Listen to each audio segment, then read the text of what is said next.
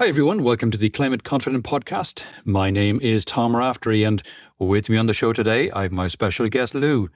Lew, welcome to the podcast. Would you like to introduce yourself?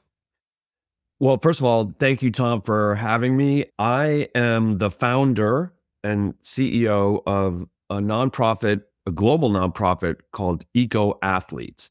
And our mission is to inspire athletes to lead climate action because athletes are the most influential humans on the planet. But to this point, they've largely stayed on the sidelines of the climate fight. Okay, interesting. So, give me a bit of your backstory first, Lew. I mean, you had a successful career in sports marketing and communications. What inspired you to pivot towards environmental advocacy and ultimately set up EcoAthletes? Well, the pivot came over 20 years ago. I was always, I would call it a lowercase e environmentalist, but I was a sports nut and always wanted to work in sports. So that was my driving passion. And I was fortunate enough to be able to work, as you said, in sports, advertising, sales, marketing, communications in New York City going back to the 90s. But then for me, and it's going to sound a bit kitsch perhaps, 9/11 changed it for me. And I happened to be working at Sports Illustrated, actually Sports Illustrated for Kids in Midtown Manhattan on September 11th, 2001. The attacks were down in Lower Manhattan, and I didn't know anybody in the buildings personally, but being from the New York area and living my whole life in it, I felt like I was attacked and I had to do something, but I did not know what to do. And so fast forward a couple of years, and there was an article by Tom Friedman, multiple Pulitzer Prize winning columnist who's still doing it for the New York Times, in the paper, headline, "Green is the new red, white, and blue." So I looked at that and said, wait a minute. He's saying that we are insanely fueling the wars on terrorism that we're fighting by our profligate energy use, because at that time, the US was buying a significant percentage of its oil from Saudi Arabia. And the Saudis, Friedman said, were basically buying off their Wahhabi extremists on their right because they wanted to stay in power, the royal family, with our oil money. And they were, the Wahhabis, using some of that money to pay people to train them to fly planes into buildings. And it was like the compact fluorescent light bulb, because LEDs weren't around then, went off above my head. I bought a hybrid car way before the salespeople even knew how to sell it. Changed out all my light bulbs, went 90% vegetarian, but then soon realized personal virtue, so-called, isn't going to do anything. And so then I thought, I need to green my work. So I came to it from a patriotic point of view. I've never met anybody who had that same experience, and I didn't think I was that unique. But as I'm diving into this career change, that's when I started learning even more about the climate crisis. And I saw these two massive macro trends and forces, global geopolitics and climate kind of colliding. And I thought, this is where I have to work. But there were no jobs in green marketing, communications, et cetera, back in the 2000s. And I was not going to do like installing solar because I'm a klutz. So I went off as a consultant in 2005, marketing myself as a green marketing, biz dev, communications consultant. And then in 2010, after I had established myself, I started to think, is there an intersection between green and sports, my two passions? And that's when I found out there was something called the Green Sports Alliance forming in the Pacific Northwest here, of venue operators, sports venue operators trying to do better on recycling and energy efficient lighting. And I thought, oh, this is interesting. And that led to more dominoes falling. And then by 2020, I had decided to launch EcoAthletes. Okay. And tell me, What is it that EcoAthletes does? So, EcoAthletes, as I said before, our mission is to inspire and coach athletes to lead climate action.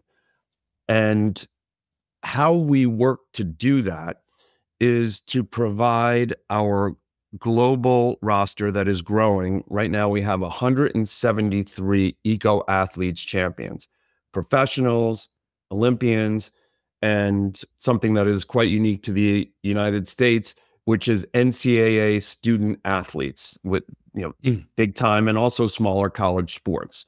And we provide them with the tools to advance from climate curious to climate leader. And the reason why we do this is, as I said earlier, athletes have led on all manner of social issues going back many decades.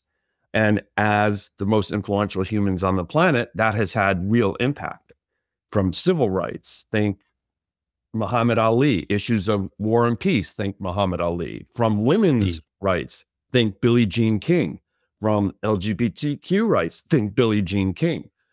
And in the more recent examples, you have Megan Rapinoe and equal pay for women, Colin Kaepernick, and I'm using US examples because that's what I know best, fighting against police brutality against African Americans. And now you can almost see the entire WNBA involved on a myriad of social issues. But on climate, athletes have stayed on the sidelines for the most part. And the way I found this out was that I've been writing a blog called Green Sports Blog, greensportsblog.com, since 2013, and interviewed a bunch of athletes who were active environmentally, doing plastic ocean waste removal campaigns and e-waste recycling drives and the like. And I would ask them, oh, and do you connect that to the climate crisis when you speak in public? And, especially 2014 through, say, 2018, 19, 90% of them would say no. And I'd ask why, or why not, actually. And three obstacles kept coming up. Climate change is too sciencey, and the athlete will say, oh, I don't feel comfortable talking about a scientific topic of which I know little. It's too political. I don't want to stick my neck out on a political issue. And the one we get the most nowadays, although we still get those first two, is that I'm going to get hammered on social media for being a hypocrite because I fly all over the place for my sport and my personal carbon footprint is through the roof. So I would hear these over and over again. And I would say to myself, I know how to kind of turn that negative into a positive, or at least to neutralize it. There needs to be a place, an organization that helps athletes who are environmentally active and passionate get over that climate break and get over that climate hump and talk about climate change. And that was kind of that started the ball rolling to EcoAthletes founding. And so hopefully I answered your question. You did. And what kind of resources are you providing them? We have on our website at ecoathletes.org, where we call it the resource hub. And it's 5 kind of buckets of resources that we provide to the champions. In no particular order, they are community, because athletes have told me, I feel alone. No one or very few people in my circle, or certainly on my team, if I'm in a team sport, care about this. And being alone is not a good way to be if you want to, step forward, to step out. If you feel like no one has your back. So we provide them their back, so to speak. So, so community runs the gamut from, we have community chats every 2 to 3 months where we gather the champions virtually. We have outside presenters on different topics, including media training on how to talk about climate. We also do brainstorms on how to use our influence more powerfully. And sometimes we have internal We have champions have made presentations on some of the projects they're working on. We have ecopreneurs in our midst while they are active athletes. It's really an incredible group. So that's community. Then we also, another pillar, so to say, of the resource hub, or what we provide, is social media. And you might say, well, social media, duh, like they know how to. But what you find is, talking to these athletes, they don't feel comfortable talking about climate change on social because there's so much misinformation and disinformation out there. So we say to them two things. One, follow our main hashtag, which is climate comeback. And, because we are behind in the climate game, right? And we need a comeback. Who fashions comebacks? Athletes do. Accountants, not so much. But like, if you watch any sports movie, there's a 95% chance or greater that it's about a comeback. This is universal in the world of sports. And so we say, follow our hashtag, because anything that we post that has a climate factoid aspect to it has been vetted. They don't have to worry about it. Second, some of the athletes say, okay, yeah, that's great. We'll repost your content, but I want to have my own voice on social media on climate. So we do one-on-one trainings with them on how to find out what they like to post, what they're afraid of, and how we can make it work for them. So that's social media. Then we have mentorship. And with mentorship, that takes several forms. We do career coaching for those who are looking to transition from their on-field or on-court career to something that's in the green space, or even more, a finer point, the green sports space. If they want to become an accountant or an astronaut, we can't help them, but we can help them in these spaces. And then we also have one-on-one sessions called climate communications for athletes. And these have proven to be very powerful, where we identify which of those breaks that I talked about earlier are holding them back. And then we role play how to overcome them. And then we also do thought leadership. So once the athletes, either they come to us, the champions, and they're ready to talk about climate, or they work some of those resource hub spokes that I just mentioned, and then they're confident, then we get them on podcasts like this. We get them on panels. We get them at conferences, and we find them traditional media interviews. And we've had our champions on BBC and ESPN and CBC in Canada and other outlets. And then finally, we have endorsements with green brands. So that's an increasingly popular or kind of fertile space. There are brands that are green or purport to be green that want to connect with athletes who are credible in the space. And what we do is we vet those brands, first of all, to make sure there's no credible greenwashing threat that could stall things, could make things dangerous. And assuming they pass that threshold, then we try to connect them to their agent if an agent's involved. So that's what we provide. Very good. Very good. And what would you say has surprised you most in your journey to where you are today? You know what? That is such a good question. What has surprised me is the incredible passion that these athletes, who have either we've found them or they've found us, that they bring to this. Passion to learn, passion to speak out, passion to engage their fellow athletes, and passion to overcome their fears. It is truly, and I'm, by my hairline, you can see I'm a little, I've had quite a long career. It is truly an incredible blessing to be able to work with these athletes, our EcoAthletes champions. I am just always amazed by how spectacular they are. Fantastic. Fantastic. And we often see, when we watch these athletes playing, they often inspire us with their dedication and perseverance on the field or on the court. How do you see those qualities translating into climate advocacy? Another good question. What's really interesting is what you see is, so athletes, as you say, they've spent, what is it, like the Malcolm Gladwell theory that says you have to spend 10,000 hours, and maybe they've spent 20,000 hours to get to this elite level, the 1% of the 1% of the 1%. Mm-hmm. And so they are really like, they are so great at that. And yet, when they come to the climate space, for many, this is new. And this is territory where they're not this kind of like master or mistress of the universe, right? And they show their vulnerabilities just like anybody else.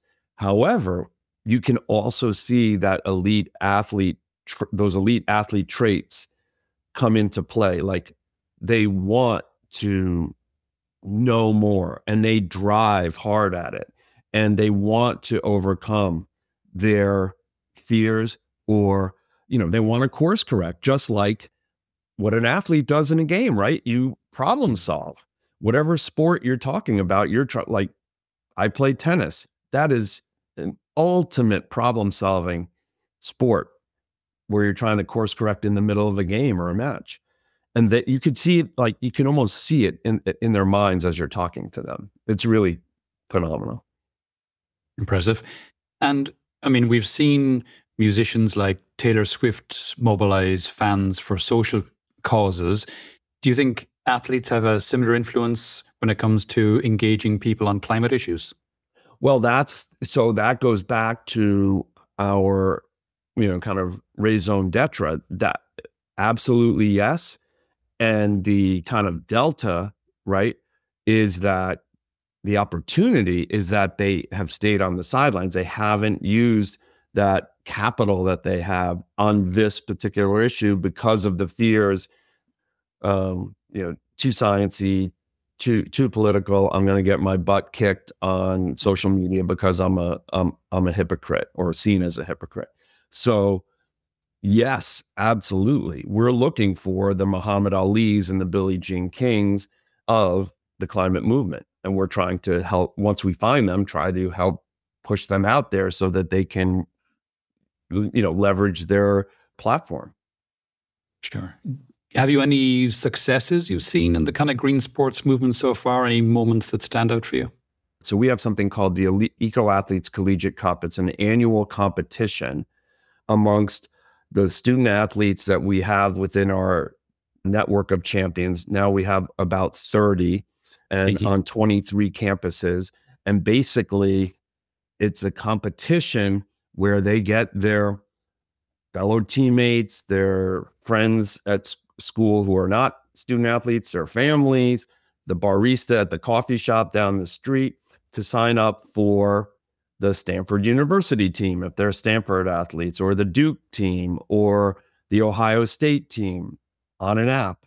And then they exercise, and their exercise is turned into an environmental currency.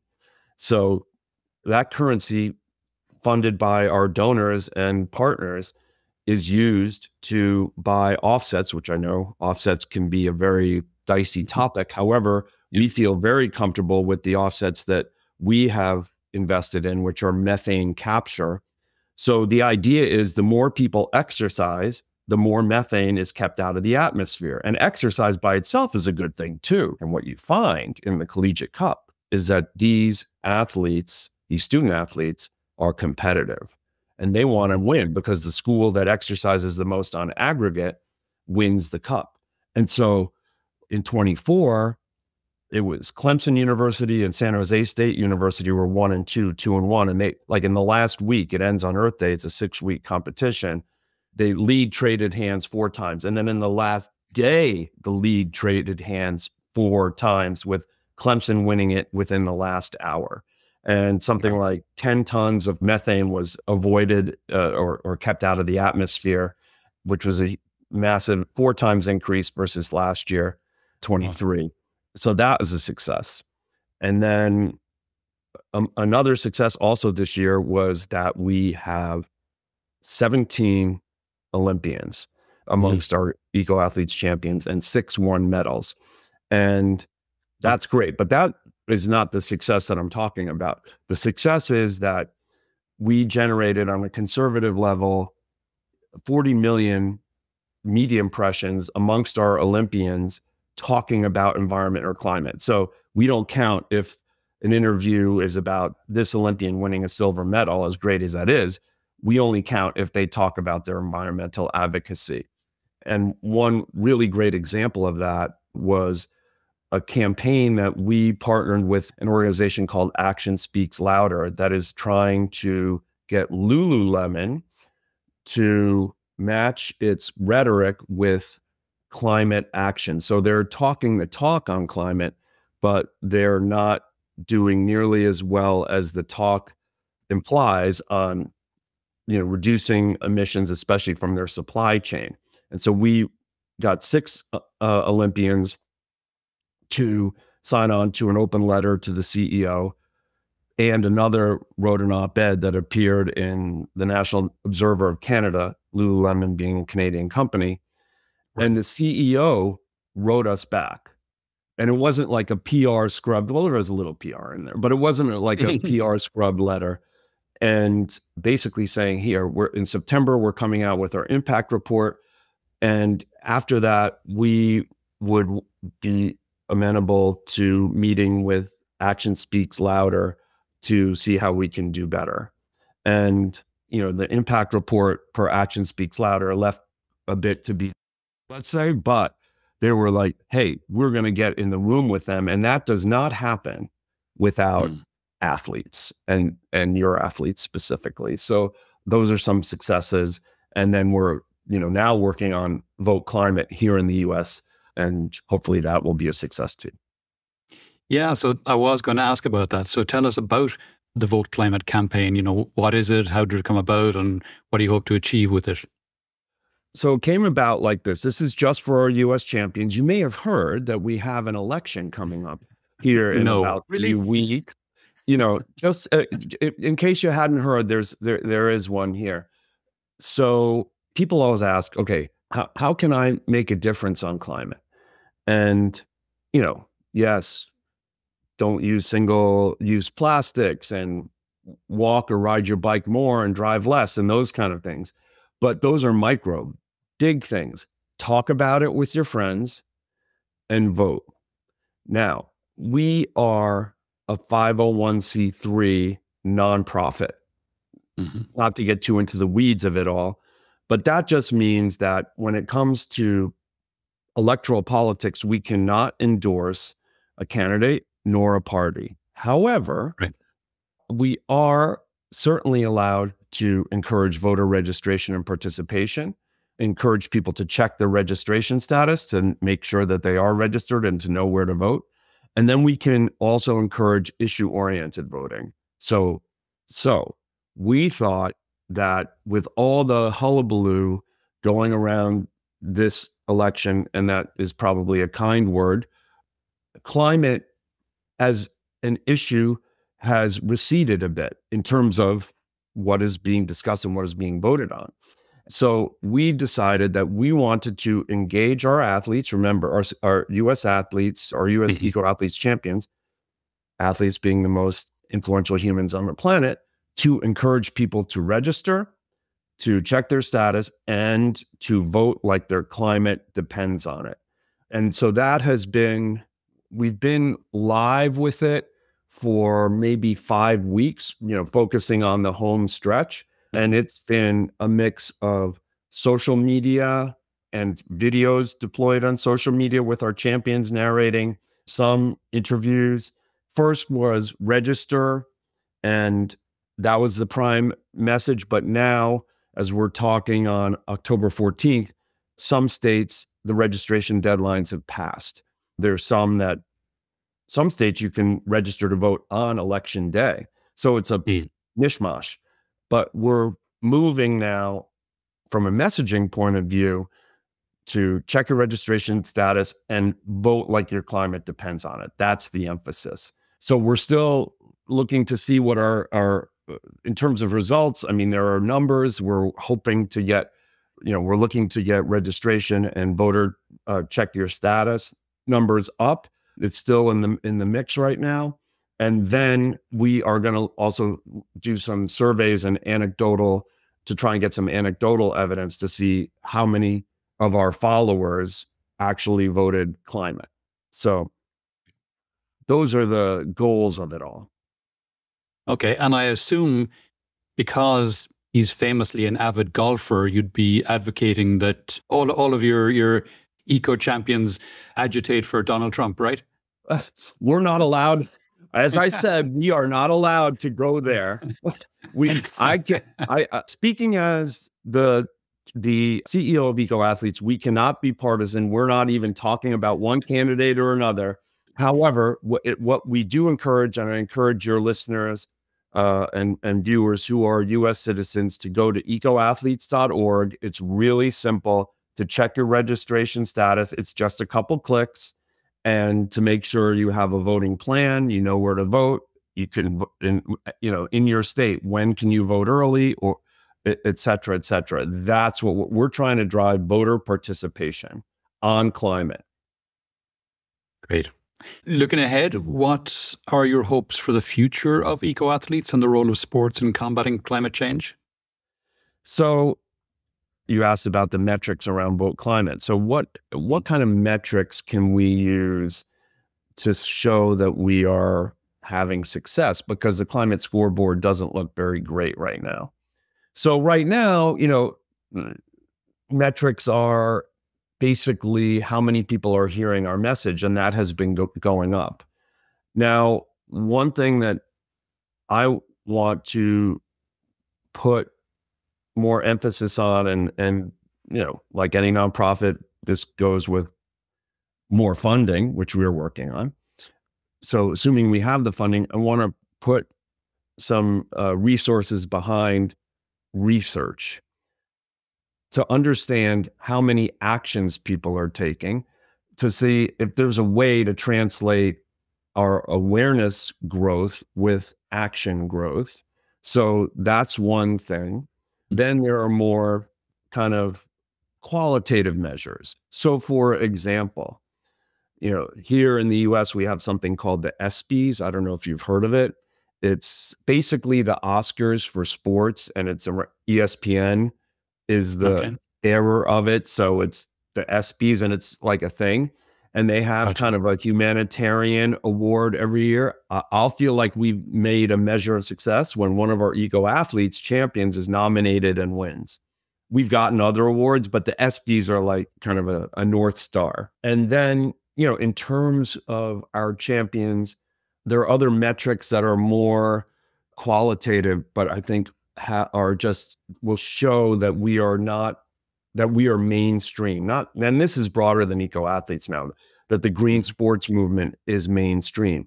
And so to this point that I'm speaking kind of from a 30,000 foot view, the green sports movement has been around for about 20-ish years. And it's mainly been focused on what happens at the ballpark or the stadium or the arena, i.e., LEED certified venues, zero waste games, etc. And that made sense. I call that Green Sports 1.0. That made sense for the beginning. The stadium, the arena is your front porch if you're sports. However, what they don't tell you is that, and Adam Silver, the commissioner of the NBA, did tell us, he said, and I believe it's only 1 or 2% of NBA fans have ever been to an NBA game. And so if all we're focusing on are the actual venues and greening that, we are missing to say the majority, the lion's share is to undersell it. We're missing the power of sports, which is to get fans to make behavioral change and to demand systemic change through the power of sports. Because I'll use the Super Bowl as an example. there were 70,000 people at the Super Bowl in 24. And in the Mhm. US, over 200 million people tuned in for at least a bit of it. Which are you going to emphasize? The 70,000 or the 200 million? You know which line I'm going to be in. And I think that's where we need to go. And that's why, to me, what we do at EcoAthletes is to use the power of our athletes through media. That's like a humongous thing that, get the sports media engaged on this issue and Mhm. get the mega events like the Olympics and the World Cups of the world to show more green content, to talk about climate's impact on sports, the opportunities are legion, but we need to bring all aspects of that green sports stool, or all the legs of it. Yes, the stadiums, but yet athletes and sponsors and media to all push for this. And so that's where I'm looking to make an impact through EcoAthletes with our champions. And I think that's, to your question about vote climate, that's why we are using the champions to say, vote like your climate depends on it. Sure. If you could have any sports person, fictional or real, alive or dead, as a spokesperson for the organization, who would it be and why? Oh man, that is a good one. Well, I'm going to go with definitely alive because I want to go with someone who is current and who has cachet with current sports fans. So for me, I could see a couple of them. Steph Curry of the Golden State Warriors. I think he would be just a phenomenal spokesperson. I think Lionel Messi, just because he's Lionel Messi and he has gotten involved in an environmental project in Argentina. Of course, he's also tied in with the Saudis and endorsement wise. So I would say, Leo, you don't need the money from the Saudis. Easier for me to say, but I would still say it. Come on over. We'll talk. And then I would say Coco Gauff. I know you asked for one, but I'm giving you three because Coco Gauff, I don't know if you follow tennis, but at the US Open, not in 23, which she won, climate protesters got their feet glued to the stadium floor and disrupted her Mhm. match by like 45 or 50 minutes. And then she was asked about it afterwards. And she said, it wasn't what I wanted, but I understand what they're complaining about. I understand that and so I understand the climate crisis and we need to do something about it. I'm paraphrasing. Um, Sure, yeah. and so I'm like, oh, Coco, come on. Or the recent, given your tennis love, the recently retired Rafa Nadal. Oh my gosh. Yes. Yes. Rafa, Federer, any of those folks would be great. And Rafa's a lefty just like I am. So I definitely would welcome him with an open left hand.